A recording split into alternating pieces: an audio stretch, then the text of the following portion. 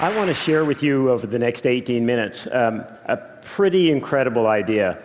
Actually, it's a really big idea. But to get us started, I want to ask if everyone can just close your eyes for 2 seconds and try and think of a technology or a bit of science that you think has changed the world. Now, I bet in this audience, you're thinking of some really incredible technology, some stuff that I haven't even heard of, I'm absolutely sure.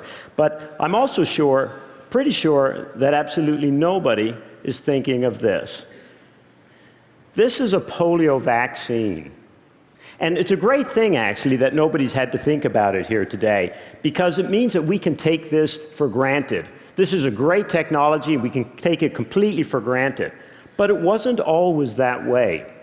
Even here in California, if we were to go back just a few years, it was a very different story. People were terrified of this disease. They were terrified of polio, and it would cause public panic. And it was because of scenes like this. In this scene, people are living in an iron lung. These are people who were perfectly healthy 2 or 3 days before, and then 2 days later, they can no longer breathe, and this polio virus has paralyzed not only their arms and their legs, but also their breathing muscles. And they were going to spend the rest of their lives, usually, in this iron lung to breathe for them. This disease was terrifying. There was no cure, and there was no vaccine. The disease was so terrifying that the President of the United States launched an extraordinary national effort to find a way to stop it. 20 years later, they succeeded and developed the polio vaccine. It was hailed as a scientific miracle in the late 1950s. Finally, a vaccine that could stop this awful disease. And here in the United States, it had an incredible impact. As you can see, the virus stopped, and it stopped very, very fast. But this wasn't the case everywhere in the world. And it happened so fast in the United States, however, that even just last month, Jon Stewart said this. Where is polio still active? Because I thought that had been eradicated in the way that smallpox had been eradicated. Oops. John, polio has almost been eradicated. But the reality is that polio still exists today. We made this map for John to try and show him exactly where polio still exists. This is the picture. There's not very much left in the world, but the reason there's not very much left is because there's been an extraordinary public-private partnership working behind the scenes, almost unknown, I'm sure, to most of you here today. It's been working for 20 years to try and eradicate this disease. And it's got it down to this few cases that you can see here on this graphic. But just last year, we had an incredible shock and realized that almost just isn't good enough with a virus like polio. And this is the reason. In 2 countries that hadn't had this disease for more than probably a decade, on opposite sides of the globe, there was suddenly terrible polio outbreaks. Hundreds of people were paralyzed, hundreds of people died, children as well as adults. And in both cases, we were able to use genetic sequencing to look at the polio viruses, and we could tell these viruses were not from these countries. They had come from thousands of miles away, and in one case, it originated on another continent. And not only that, but when they came into these countries, then they got on commercial jetliners probably, and they traveled even further to other places, like Russia, where for the first time in over a decade last year, children were crippled and paralyzed by a disease that they had not seen for years. Now, all of these outbreaks that I just showed you, these are under control now, and it looks like they'll probably stop very, very quickly. But the message was very clear. Polio is still a devastating, explosive disease. It's just happening in another part of the world.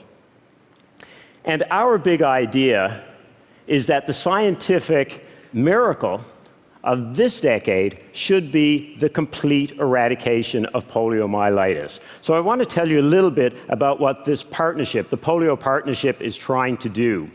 We're not trying to control polio. We're not trying to get it down to just a few cases, because this disease is like a root fire. It can explode again if you don't snuff it out completely.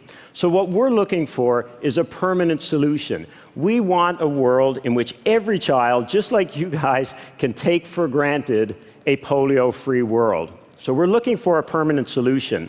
And this is where we get lucky. This is one of the very few viruses in the world where there are big enough cracks in its armor that we can try and do something truly extraordinary. This virus can only survive in people. It can't live for a very long time in people. It doesn't survive in the environment hardly at all. And we've got pretty good vaccines, as I just showed you. So we are trying to wipe out this virus completely. What the Polio Eradication Program is trying to do is to kill the virus itself that causes polio everywhere on Earth. Now, we don't have a great track record when it comes to doing something like this, to eradicating diseases. It's been tried 6 times in the last century, and it's been successful exactly once. And this is because disease eradication, it's still the venture capital of public health. The risks are massive, but the payoff, economic, humanitarian, motivational, it's absolutely huge. One congressman here in the United States thinks that the entire investment that the US put into smallpox eradication pays itself off every 26 days in foregone treatment costs and vaccination costs. And if we can finish polio eradication, the poorest countries in the world are going to save over $50 billion in the next 25 years alone. So those are the kind of stakes that we're after. But smallpox eradication was hard. It was very, very hard. And polio eradication, in many ways, is even tougher. And there's a few reasons for that. The first is that when we started trying to eradicate polio about 20 years ago, more than twice as many countries were infected than had been when we started off with smallpox. And there were more than 10 times as many people living in these countries. So it was a massive effort. The second challenge we had was, in contrast to the smallpox vaccine, which was very stable and a single dose protected you for life, the polio vaccine is incredibly fragile. It deteriorates so quickly in the tropics that we've had to put the special vaccine monitor on every single vial so that it will change very quickly when it's exposed to too much heat, and we can tell that it's not a good vaccine to use on a child. It's not potent. It's not going to protect them. Even then, kids need many doses of the vaccine. But the third challenge we have, and probably even bigger one, the biggest challenge, is that in contrast to smallpox, where you could always see your enemy, every single person almost who was infected with smallpox had this telltale rash. So you could get around the disease, you could vaccinate around the disease and cut it off. Polio, it's almost completely different. The vast majority of people who are infected with the polio virus show absolutely no sign of the disease. So you can't see the enemy most of the time. And as a result, we've needed a very different approach to eradicate polio than what was done with smallpox. We've had to create one of the largest social movements in history. There's over 10 million people, probably 20 million people, largely volunteers, who have been working over the last 20 years in what is now been called the largest internationally coordinated operation in peacetime. These people, these 20 million people, vaccinate over 500 million children every single year, multiple times at the peak of our operations. Now, giving the polio vaccine is simple. It's just 2 drops like that. But reaching 500 million people is much, much tougher. And these vaccinators, these volunteers, they have got to dive headlong into some of the toughest, densest urban slums in the world. They've got to trek under sweltering suns to some of the most remote, difficult-to-reach places in the world. And they also have to dodge bullets because we have got to operate during shaky ceasefires and truces to try and vaccinate children, even in areas affected by conflict. One reporter who was watching our program in Somalia about 5 years ago, a place which has eradicated polio, not once, but twice, because they got reinfected. He was sitting on the side of the road watching one of these polio campaigns unfold. And a few months later, he wrote, "This is foreign aid at its most heroic." And these heroes, they come from every walk of life, all sorts of backgrounds. But one of the most extraordinary is Rotary International. This is a group whose million-strong army of volunteers have been working to eradicate polio for over 20 years. They're right at the center of the whole thing. Now, it took years to build up the infrastructure for polio eradication, more than 15 years, much longer than it should have. But once it was built, the results were striking. Within a couple of years, every country that started polio eradication rapidly eradicated all 3 of their polio viruses, with the exception of 4 countries that you see here. And in each of those was only part of the country.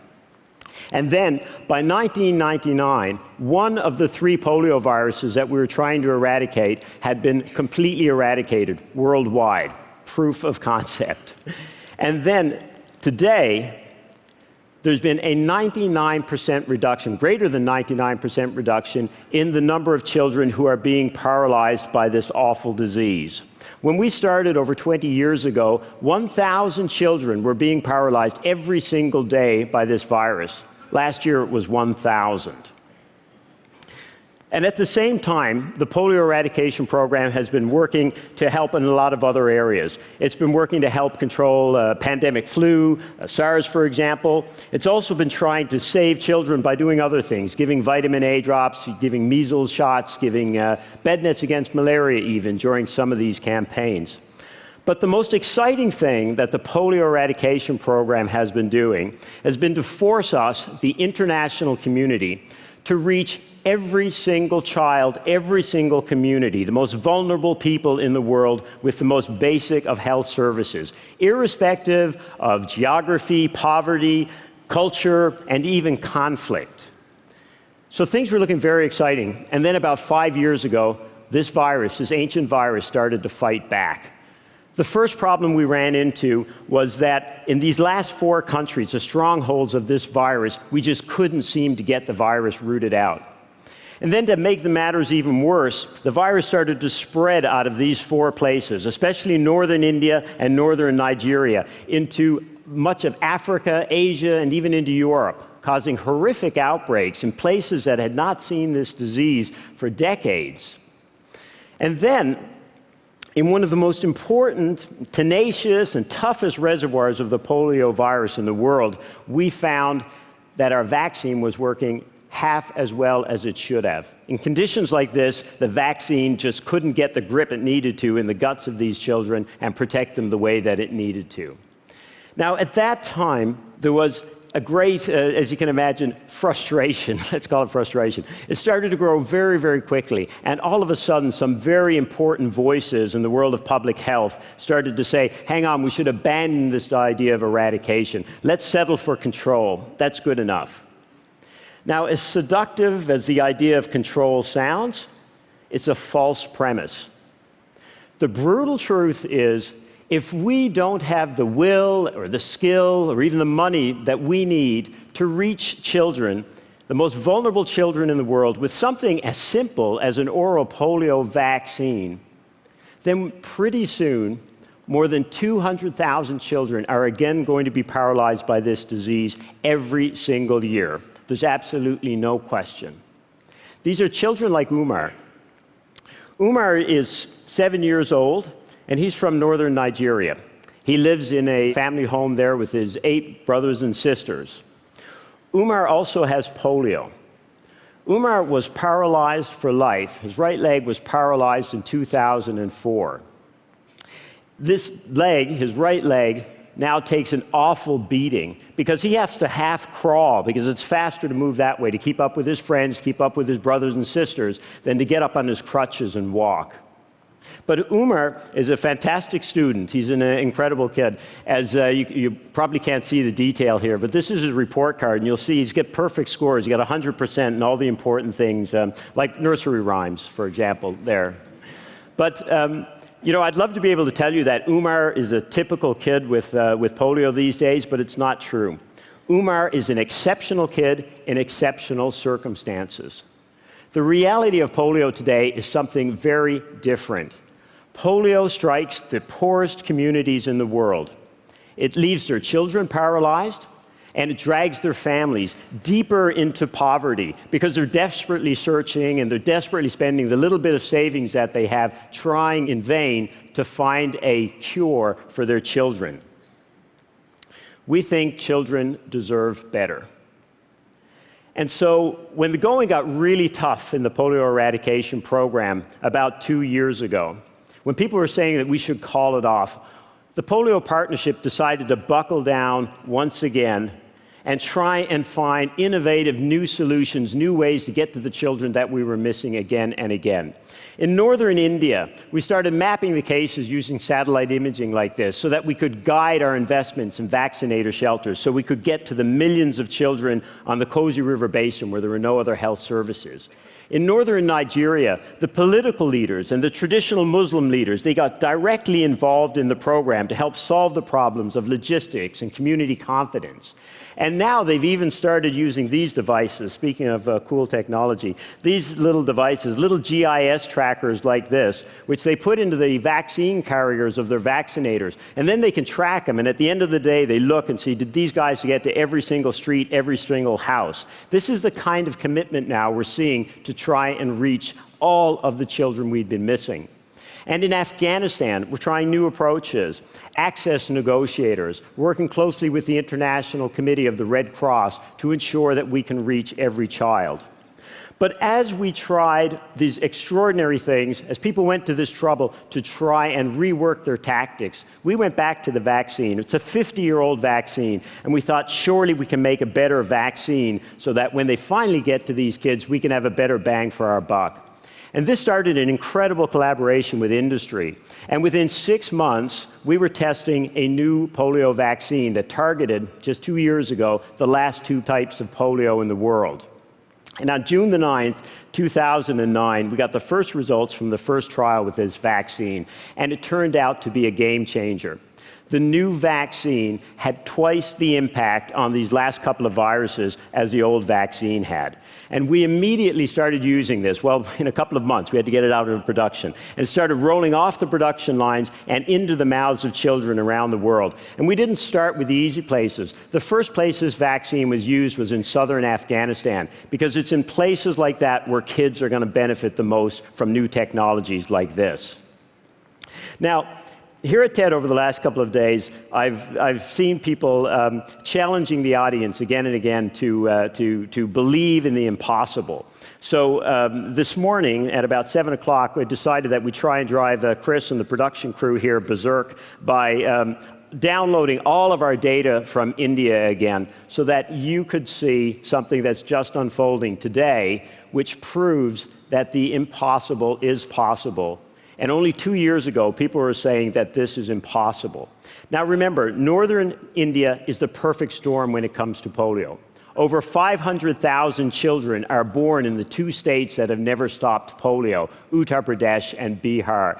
500,000 children every single month. Sanitation is terrible, and our old vaccine, you remember, worked half as well as it should have. And yet, the impossible is happening. Today marks exactly 6 months, and for the first time in history, not a single child has been paralyzed in Uttar Pradesh or Bihar.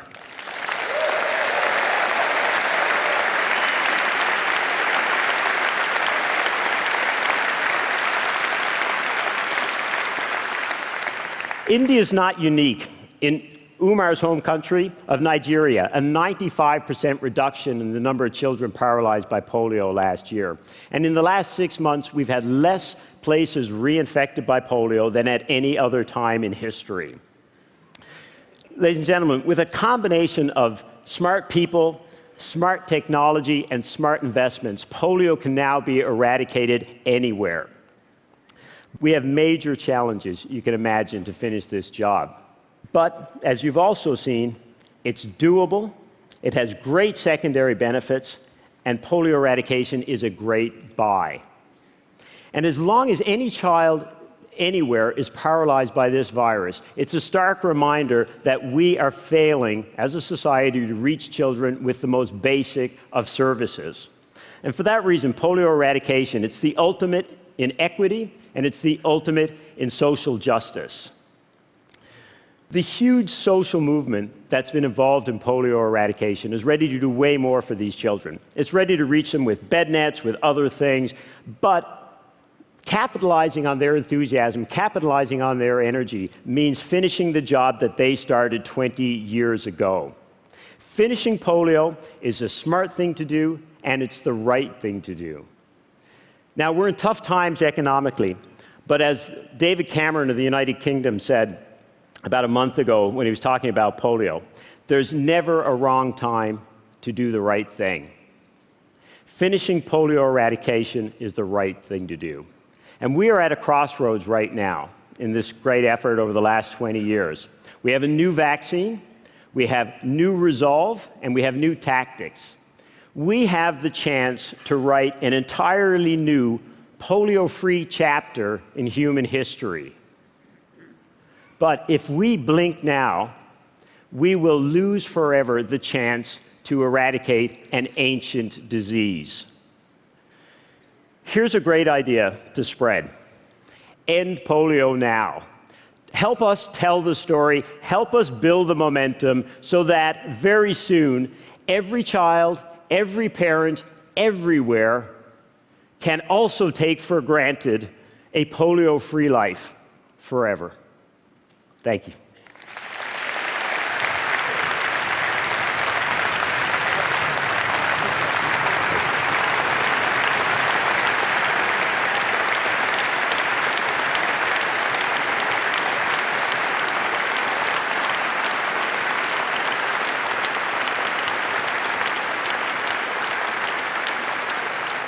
Well, Bruce, where do you think the toughest places are going to be? Where would you say we need to be the smartest?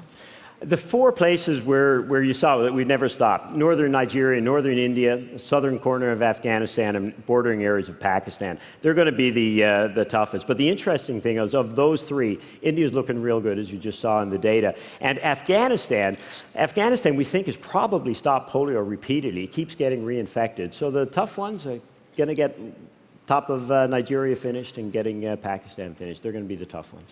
And what about the money? Give us a sense of how much the campaign costs a year, and is it easy to raise that money, and what's going to be like the next couple of years? It's interesting. We spend right now about $750 million to $800 million a year. That's what it costs to reach 500 million children. It sounds like a lot of money. It is a lot of money. But when you're reaching 500 million children multiple times, 20, 30 cents to reach a child, that's not very much money. But right now, we don't have enough of that. We have a big gap in that money. We're cutting corners. And every time we cut corners, more places get infected that shouldn't have, and just slows us down. And that great buy costs us a little bit more. Well, hopefully we'll get the word out, and the governments will keep their generosity up. So good luck. We're all in this with you. Thank you. Thank you.